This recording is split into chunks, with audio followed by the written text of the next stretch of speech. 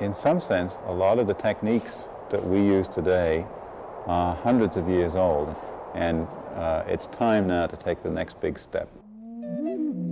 Regular small telescopes use lenses, but if you try to make a lens much bigger than about 3 or 4 feet across, then the glass just gets too heavy on it, and it bends under its own weight, and there's nothing you can do to stop that.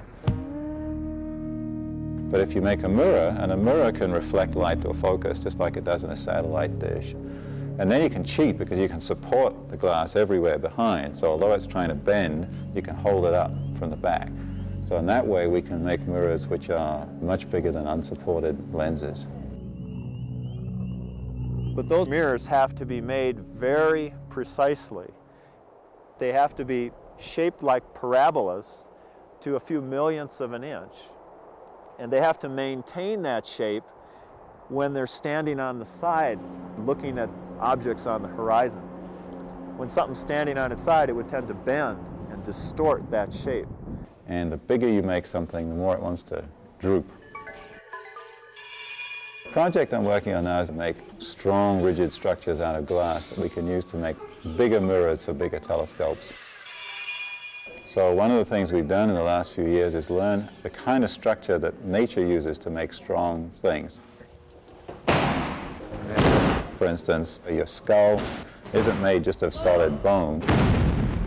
It's made of 2 outer skins of bone with light stuff in between.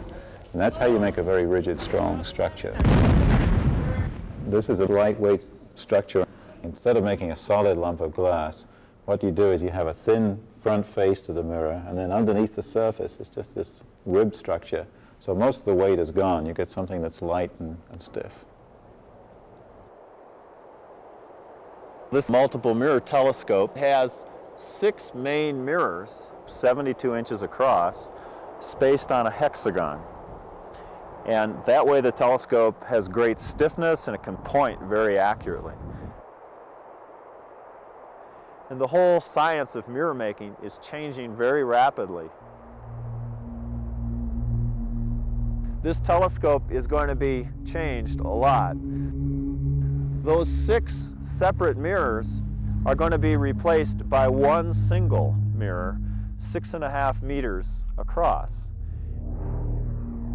That 6.5 meter mirror will be the largest one ever made. Well, you have to be something of a dreamer. I certainly do think a lot about bigger telescopes that we can make in the future.